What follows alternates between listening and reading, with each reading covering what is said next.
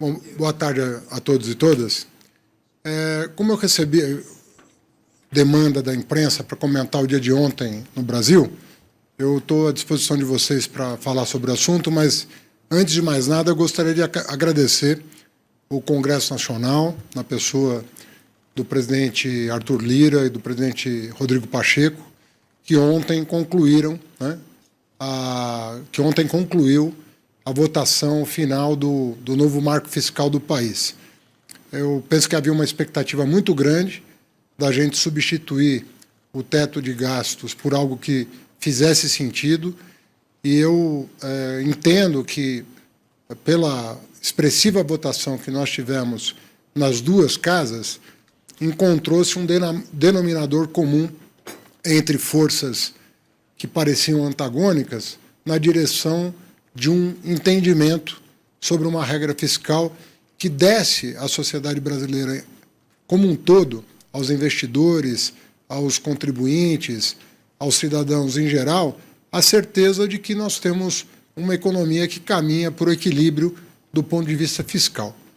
Obviamente que o arcabouço fiscal ele caminha para o equilíbrio, a nossa tarefa é estabelecer o ritmo desse equilíbrio, né? Portanto, nós temos uma etapa pela frente que é dar sequência ao arcabouço fiscal com a lei orçamentária e as medidas que acompanham a lei orçamentária para fazer valer o objetivo de acelerar o passo em relação a esse equilíbrio que vai permitir que o Brasil, na situação geopolítica que se encontra, possa fazer valer as suas vantagens competitivas em relação aos demais países e possa acelerar a sua taxa de crescimento, que anda muito baixa há mais ou menos 10 anos.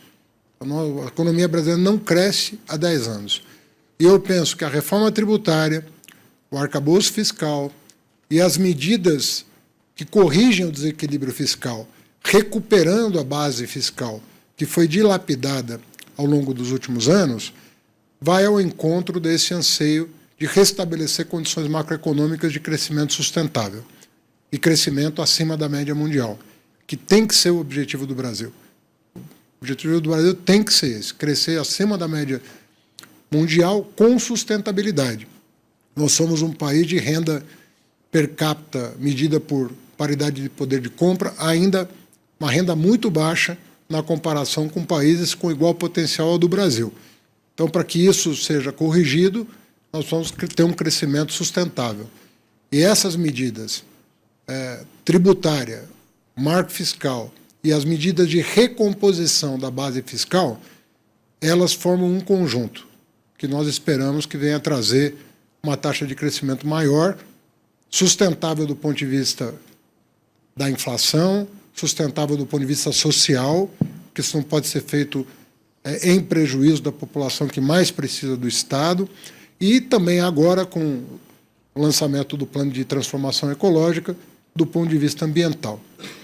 Então, é isso que eu queria dizer, deixar esse agradecimento ao Congresso Nacional, que tem sido parceiro para esse desafio que está colocado, dizer também que acompanhei o tempo todo, sempre quando eu viajo para um país que tem um fuso muito diferente do nosso, eu acabo dobrando a jornada, porque eu fico em contato permanente lá com a equipe da Fazenda, acompanhando as tratativas lá.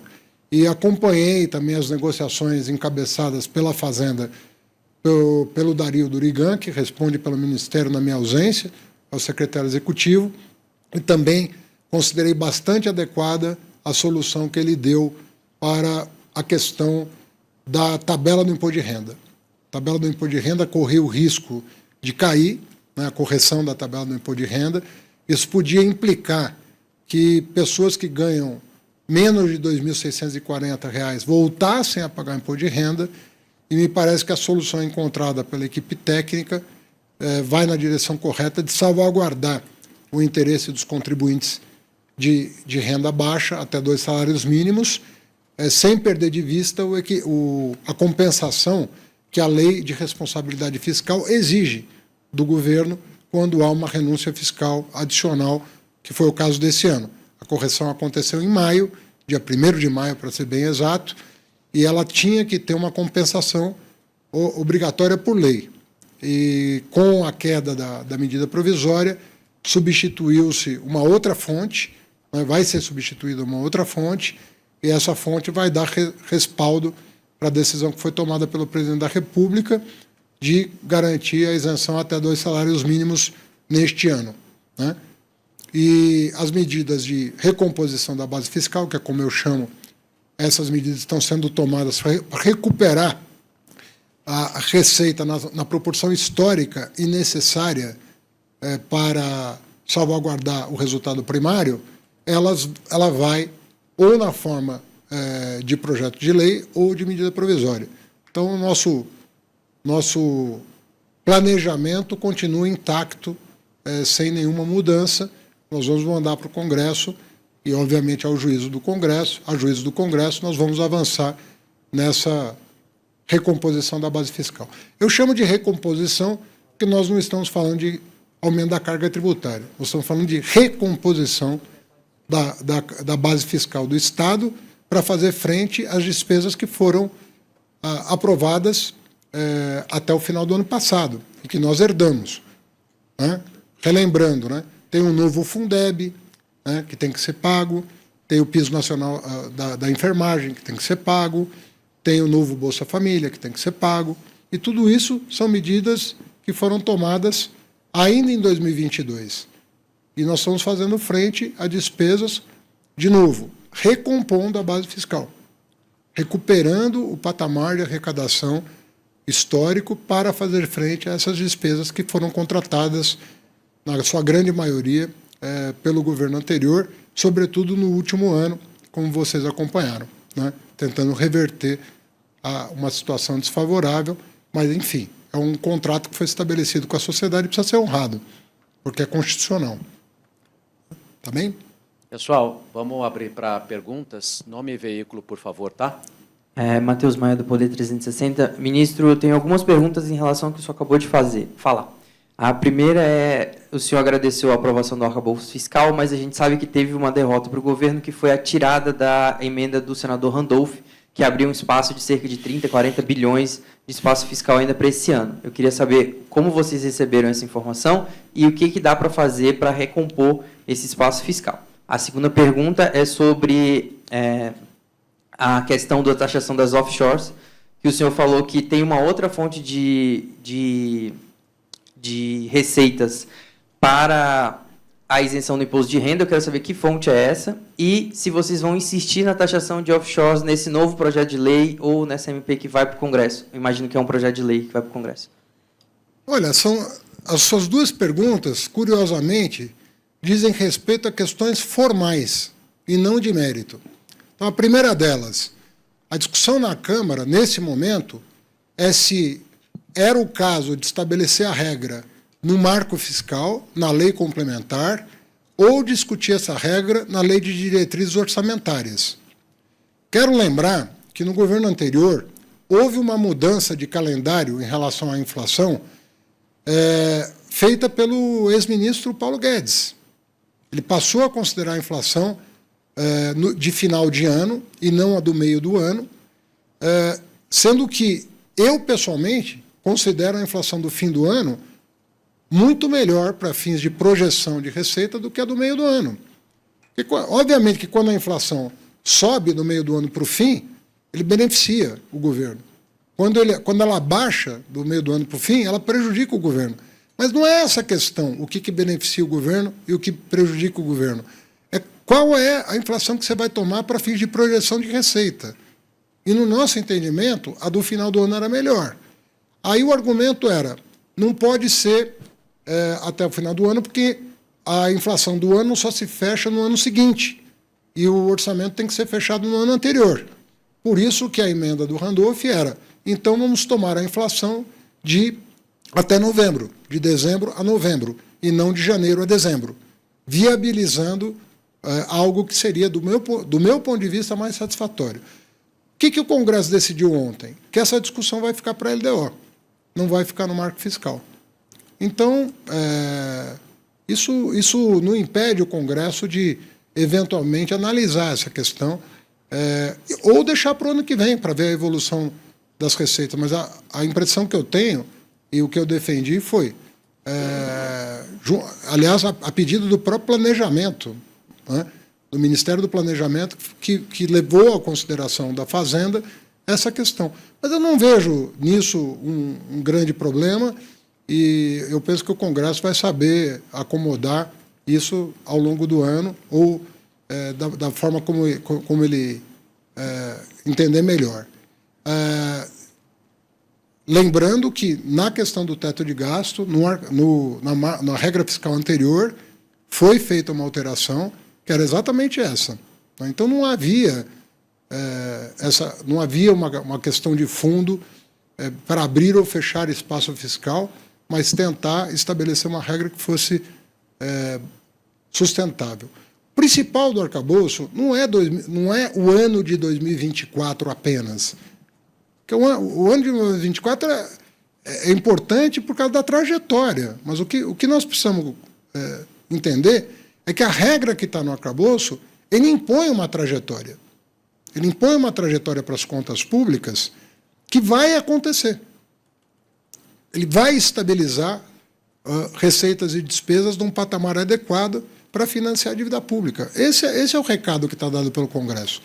Ele é uma regra que estabiliza, em algum momento do futuro, a relação dívida-PIB. Ninguém discorda disso. O que as pessoas estão se perguntando nesse momento, com legitimidade, é em que ritmo isso vai se dar. E eu defendo que seja o quanto antes. Eu defendo que esse ajuste seja feito rapidamente, porque quanto mais rapidamente nós fizermos isso, melhor para o país. Você corrige despesa primária, gasto tributário, despesa financeira e melhora as condições macroeconômicas do país. São as 3 fontes de gasto que nós temos, né?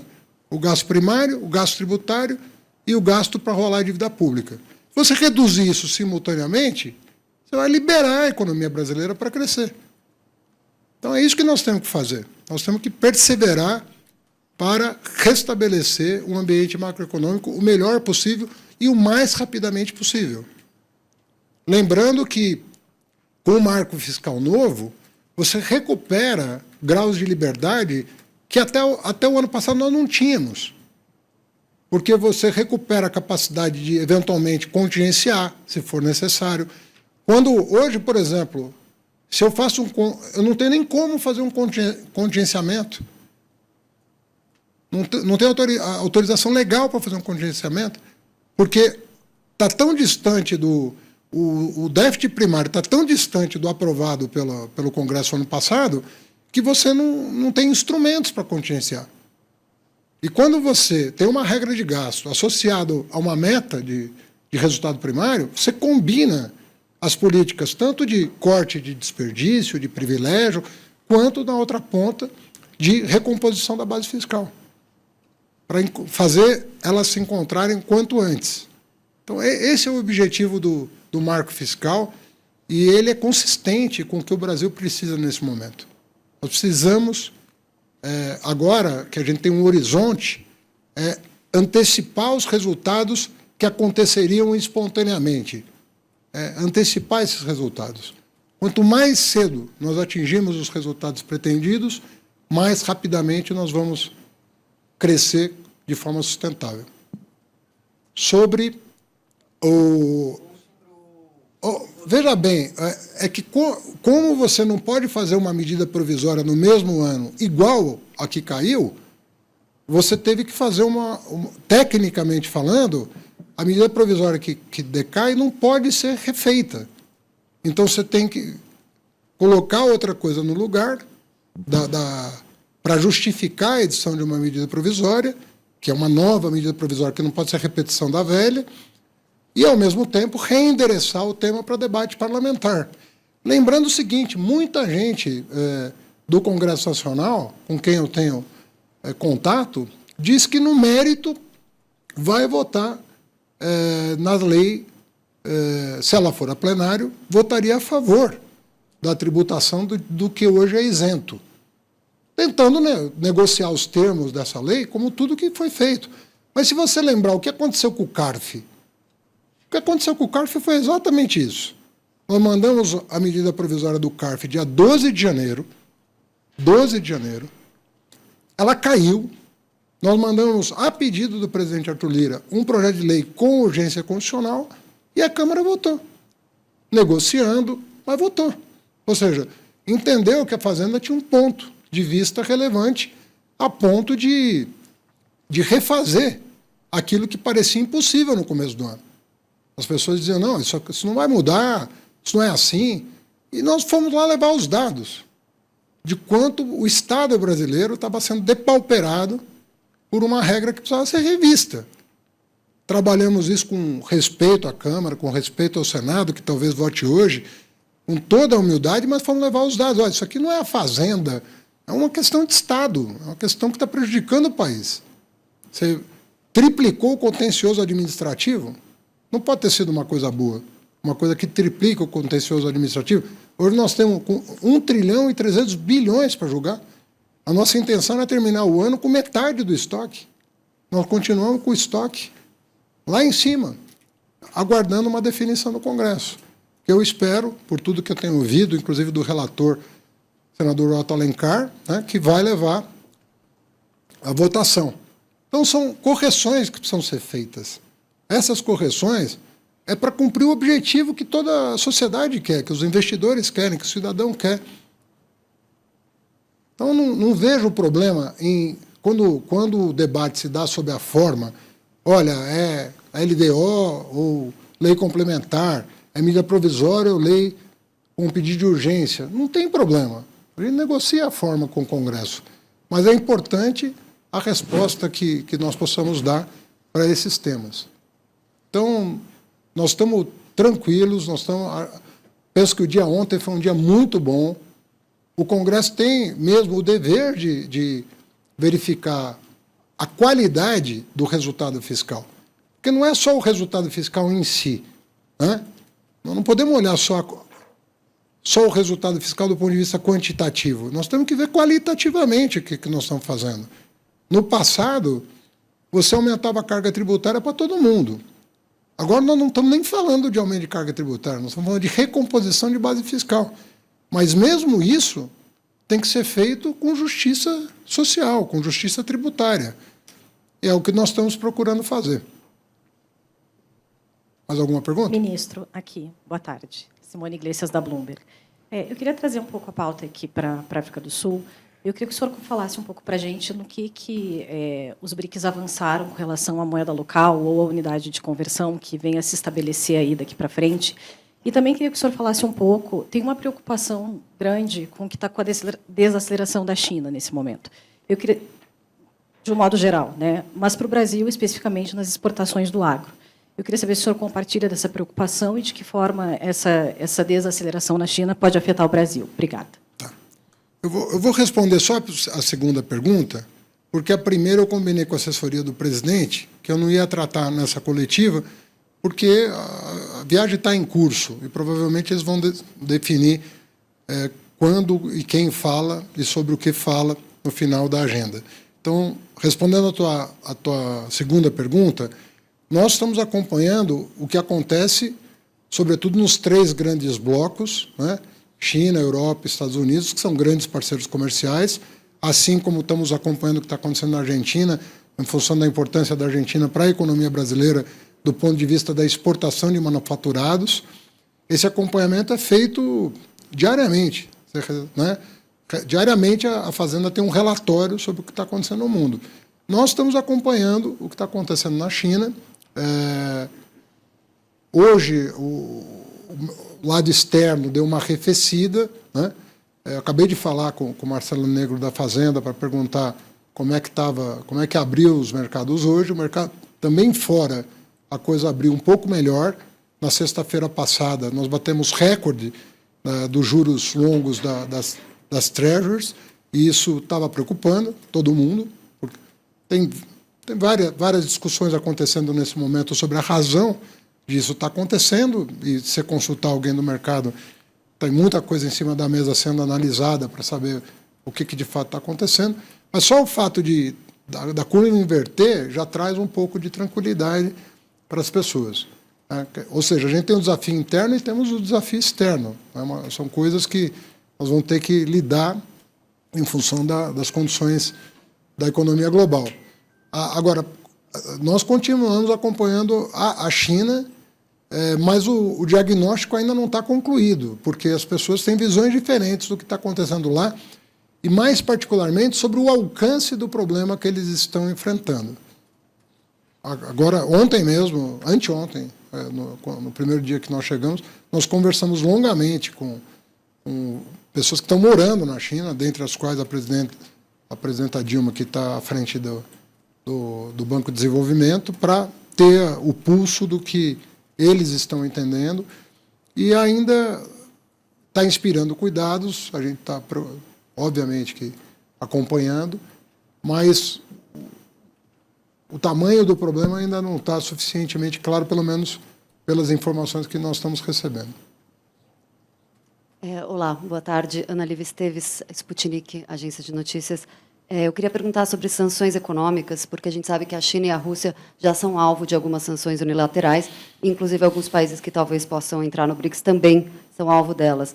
A gente sabe que o governo brasileiro não adota sanções, mas o setor privado muitas vezes tem temor de ser alvo de sanções secundárias. Como que o governo pode garantir mais segurança para que o setor privado possa ter acesso às oportunidades de negócios em países que estão sob sanções? Muito obrigada. Olha, isso é sempre muito delicado, né, de tratar. E eu dizia aqui que eu não vou responder perguntas relativas ao encontro, porque o presidente deve destacar alguém para falar sobre isso, mas em termos genéricos, né, primeiro que a busca pela paz, a busca por uma solução para o conflito que está estabelecido e que tem a ver com várias das sanções, não apenas ele, mas ele tem muito a ver com as sanções, embora as questões econômicas também, não apenas a questão política da guerra, mas a questão econômica com a China também inspira esse tipo de cuidado, mas o Brasil sempre concorre, na minha opinião, da maneira diplomaticamente mais adequada. Eu penso que a diplomacia brasileira é valorizada há muitos anos, né, com alguns lapsos aí de terraplanismo, mas, em geral, é uma coisa consolidada, né, o Itamaraty, e há muitas matérias falando que o Itamaraty, mesmo em tempos sombrios, agiu em defesa do interesse brasileiro e da imagem do Brasil no exterior. Tem várias matérias sobre isso, e eu acredito que o Itamaraty faz um grande trabalho no sentido de minimizar os efeitos dos conflitos externos sobre a economia brasileira e sobre o posicionamento político do Brasil no cenário internacional. Então, eu converso muito com o chanceler, com o assessor especial da presidência, o Celso Amorim, ex-chanceler, e eu penso que a condução da diplomacia brasileira ela tem sido impecável em relação a isso, sempre tentando driblar os constrangimentos porque o Brasil ganha com isso do ponto de vista econômico, mas eu penso que mais do que isso, o Brasil se posiciona bem como mediador, e isso valoriza o papel e a liderança do presidente Lula. Ministro, Vinícius Assis, TV Globo. Só queria voltar no assunto arcabouço fiscal, só para ver se eu entendi bem, não quero que o senhor seja repetitivo, mas o projeto foi aprovado ontem, já com algumas dúvidas de economistas sobre a capacidade de cumprir a meta de 2024, né, zerar o déficit. Isso realmente será possível no ano que vem? E isso, mais uma pergunta, por favor.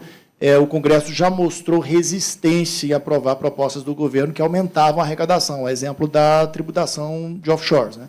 Então, de que forma que o governo pretende responder a isso? Obrigado.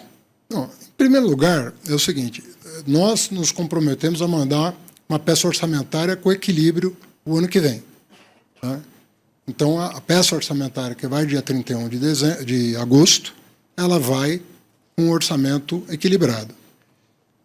A outra questão são as medidas que estão sendo tomadas para garantir esse equilíbrio, né?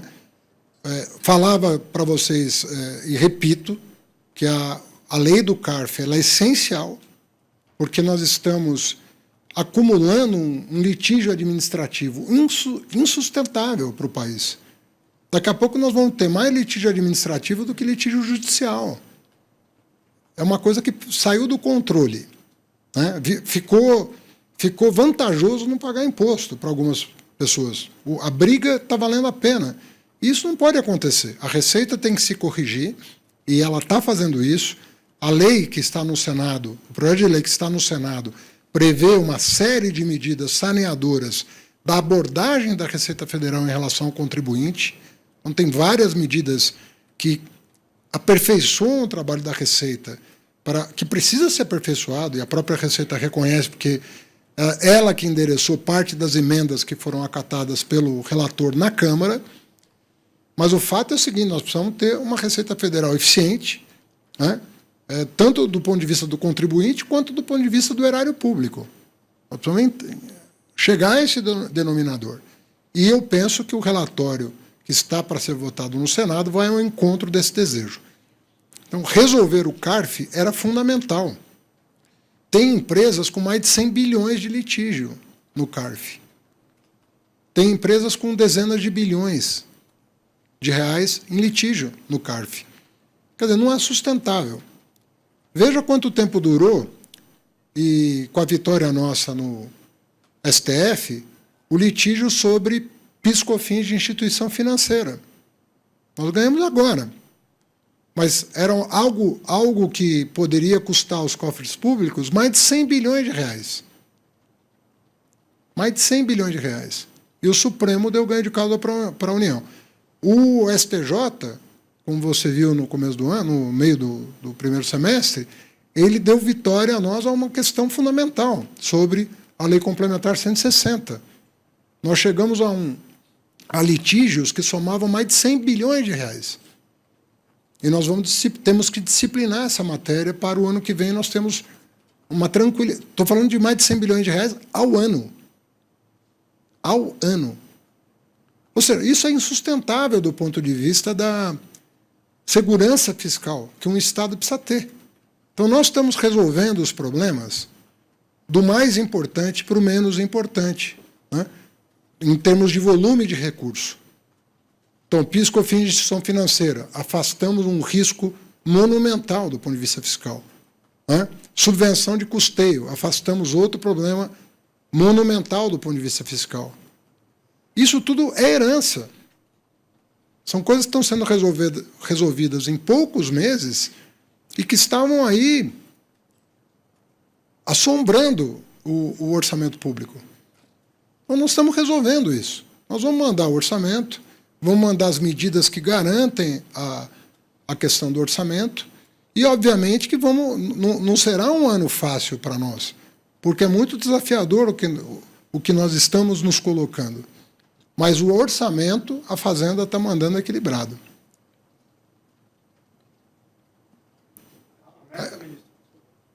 O orçamento está indo equilibrado para o Congresso Nacional. E dia 31 nós vamos apresentar esse orçamento, com as medidas necessárias para atingir o equilíbrio.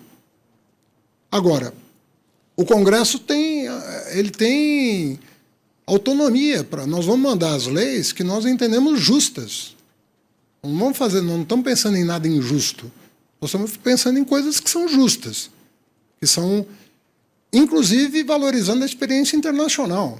Nós não estamos abdicando de olhar para a OCDE, para os nossos vizinhos mais desenvolvidos, do ponto de vista da organização das finanças públicas. Tanto é que, compare o marco fiscal brasileiro com qualquer outro. Tem algum que seja mais avançado que o nosso? Compare a questão do Tribunal Administrativo com qualquer outro do mundo. Tem algum mais avançado do que o nosso? Então, nós estamos sempre olhando para as boas práticas internacionais. Agora, nós estamos... você herdar o que nós herdamos, né? 300 bilhões de reais de farra fiscal no ano passado, né? Calote imprecatório, tudo que vocês acompanharam. Despesas sendo feitas no meio do ano, com novos programas sociais no meio do ano eleitoral, uma coisa proibida por lei.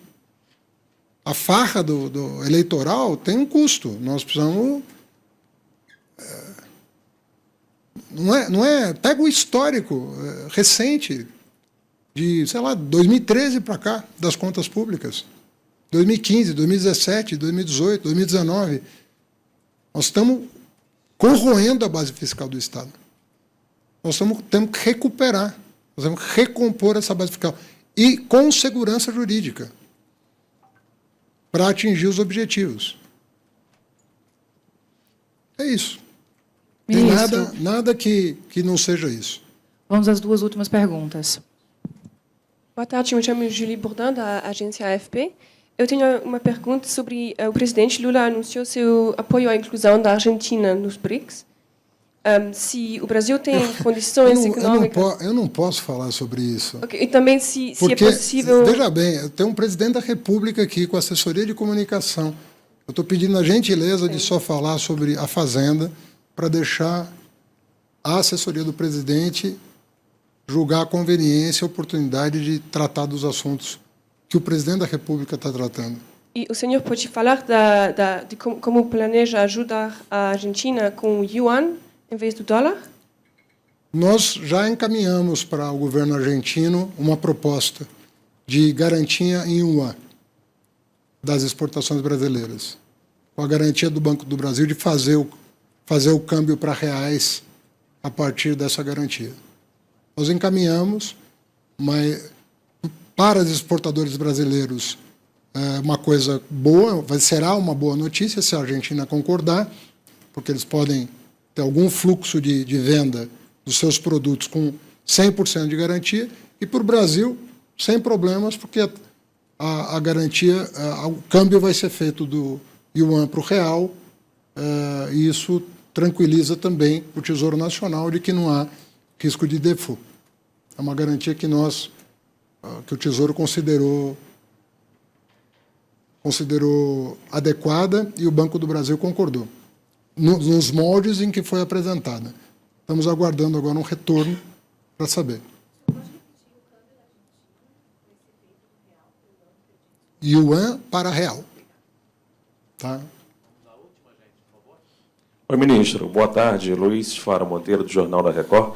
Ministro, agora com a votação do marco fiscal, o senhor já pode se posicionar com um pouco mais de certeza sobre a questão da desoneração da folha de pagamento para os 17 setores mais produtivos. Essa medida vence no final do ano. A sua colega ministra Simone Tebet já se mostrou favorável. Como é que o senhor acompanha essa questão?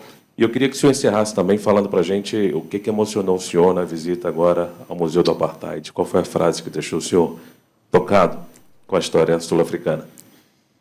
Bom, sobre a questão da folha, eu tenho pedido nem sempre eu sou ouvido nos meus pedidos, mas eu peço com educação, porque há um parecer da PGFN pela inconstitucionalidade do projeto.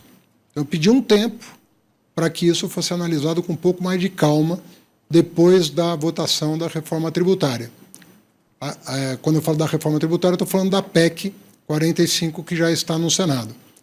Então, hoje o posicionamento é esse. O que eu pedi?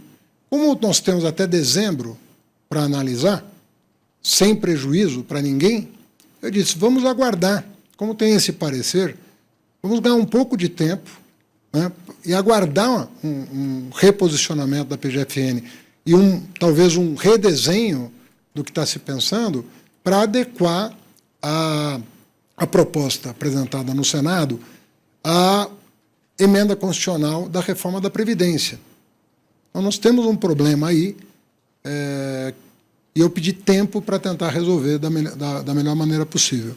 Então, é esse o meu posicionamento de meses para cá. Se for pegar o que eu falei, 3 meses atrás, eu falei isso. 4 meses atrás, eu falei isso. 2 meses atrás, eu falei isso. E hoje, vou falar isso, amanhã falarei a mesma coisa. Tem um parecer pela inconstitucionalidade, temos que ganhar tempo para ver como equacionar essa questão.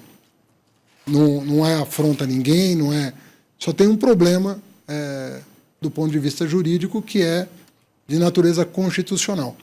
E estamos falando da reforma da Previdência, né, que boa parte das pessoas que estão do lado de cá agora defenderam o texto da reforma e agora estão preocupados com a interpretação que vai ser dada ao texto, mas é da vida, né? Foi aprovada uma reforma da Previdência que tem esse dispositivo, que impede a renovação de benefícios fiscais em relação à folha por causa do déficit da Previdência. Então, nós estamos pedindo tempo. Não sei se nos vai ser dado tempo para analisar com um pouco mais de calma, e o pedido é que isso seja feito depois da promulgação da emenda constitucional ou depois da votação no Senado, pelo menos. Pelo menos a gente vai ter a garantia do que nós temos ali na reforma tributária do consumo que nos permita algum grau de liberdade. Tá bem? E sobre o Museu do Apartheid, que eu visitei há pouco, aliás, é uma visita que eu recomendo a todos os brasileiros que, porventura, tenham a oportunidade de vir à África do Sul, que é muito tocante, né, e uma história diferente da nossa, mas que tem muitas coisas em comum, infelizmente, no sentido da opressão, né, de um povo, do desrespeito aos direitos humanos. E ali tem uma frase eu comentava com você quando cheguei, né, que tem uma frase do Desmond Tutu que dizia que quando o Mandela falava em perdoar, eu não consigo nem reproduzir isso, que eu fico emocionado de novo. Quando falava em perdoar, ele falava com a legitimidade de alguém que ficou 27 anos preso e que perdoou. Então, é uma coisa bonita. Obrigado.